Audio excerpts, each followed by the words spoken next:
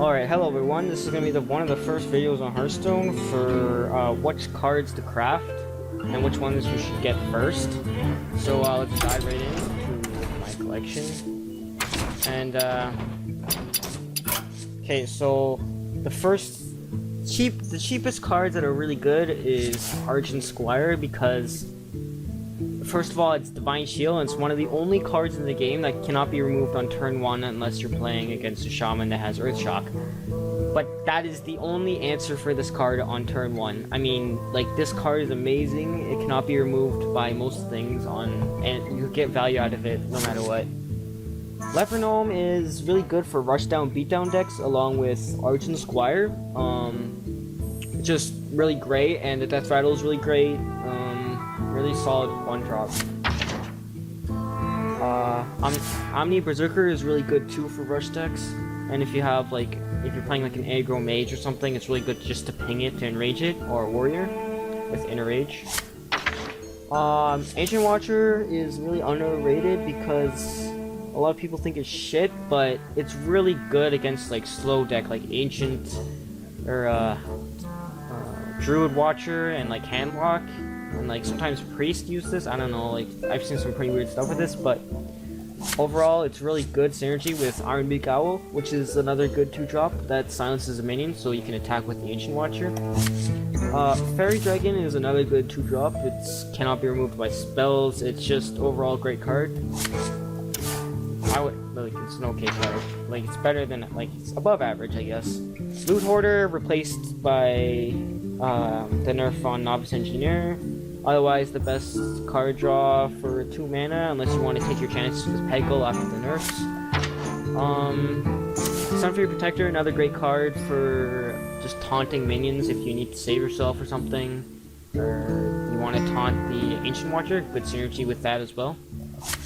Acolyte Pain is really good in like mages and warriors decks, and you ping it to guarantee at least 2 card draws. So use Inner Rage or Cruel Taskmaster or Flame Blast for this minion. Big Game Hunter is another great card. Well, I should say that the Battle Cry is pretty much this entire card. It's still a good 4-2 drop for 3 mana, but otherwise the Battle Cry is pretty much all it is, which is really good against like everything basically. Earthen Ring Farseer is pretty good in all decks as well. I mean, like, it's not you don't have to have like this card in every deck, but it's a pretty good card. Pretty solid 3-drop for 3/3 stats and restore 3 health. Harpsculm is one of the best neutral cards in my opinion. It's basically a 2/3 with Death Rattle. 2/1. It's a really strong card, really solid. It's really hard to remove. And yeah, so Imp Master is really good for like rush decks, like aggro decks. Really good synergy with that as well. Injured Blade Master is amazing as priest because you can just heal it with Circle of Healing or your hero ability.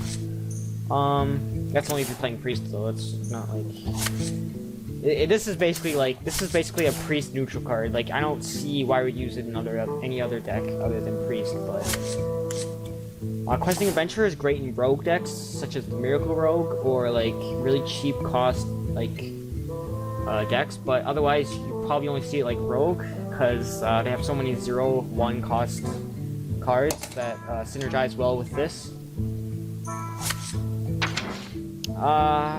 Scarlet Crusader is good in rush decks. Dark Iron Dwarf was amazing before the nerfs, but right now it's still pretty strong 4-drop. I should just only play in aggro though. Defender of Argus is like one of the best neutral cards right now. It's even after the nerfs, it's still an amazing card. I mean, I would suggest this for everyone to craft it immediately, but Leroy Jenkins is a really good finisher for like finishing your opponent off double Rock Biter or Wind Fury with Shaman or something.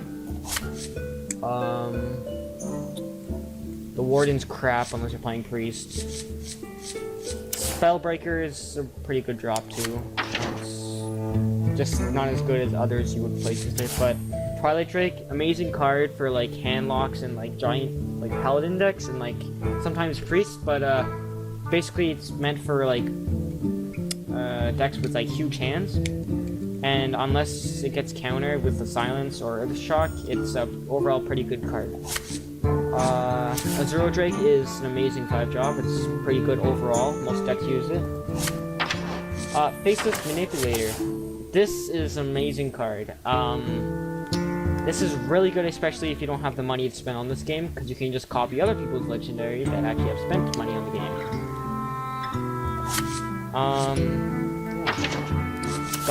Gadgetan Auctioneer is a really good card for like shamans and spell-based heroes. Harrison Jones, a pretty good card if you... It depends on what you see a lot, I guess. You could just keep it in your deck if you actually have them. This Harrison Jones wouldn't be one of the first legendaries you craft. I'll get to the one that you have to craft first, or that I suggest you craft first in the next few pages here. But Silkhand Knight, really good card. Basically a 6/6 for 5 mana, but split into 2. Spiteful Smith, really good for like weapon-based classes, I guess, and for arena for the stats. Stampeding Kodos, I don't really have much to say on this card except for it's pretty good value if there's an enemy minion with 2 attack, but I doubt you're gonna see that with when you play it when it has 5 mana, costs 5 mana. Argent Commander is still a really great card after the nerfs. It's after the -1 on the health, but after that it's still a pretty good card. Right now, Carrying Bloodhoof is probably the best legendary. I suggest you craft him right away. He's basically a Yeti for 2 Yetis for 6 mana. Hogger is probably good for like rush decks. I don't know, I wouldn't craft him though. Dylan Stormrage wouldn't craft him either. Shyvana's Windrunner has the nerf isn't really as effective as it was before since they nerfed Tankmaster, and now this is much more viable. So I suggest crafting this after Carrying Bloodhoof unless you want a class legendary like Tyrion Forgeling or Lord Jaraxxus.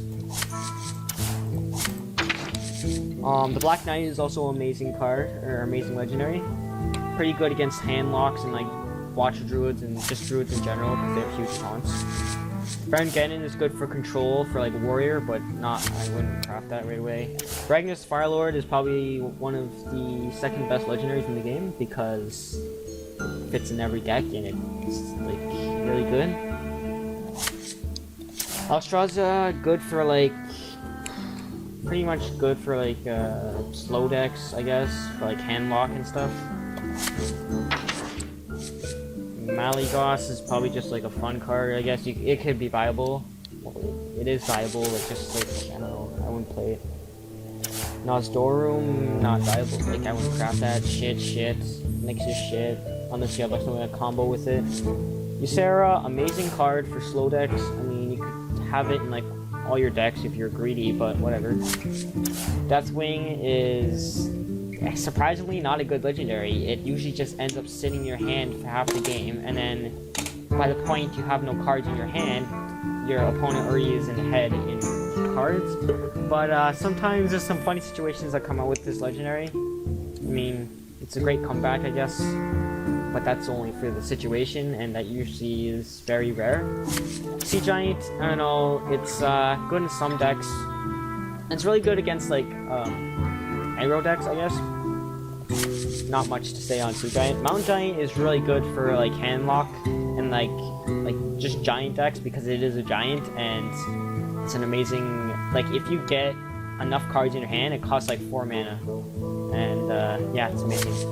Mountain Giant's also a great card. By the time you're at 10 HP and below, it's pretty much free. So, and yeah, that's pretty much it. If you want to see more Hearthstone videos, just rate, comment, and subscribe. See you later.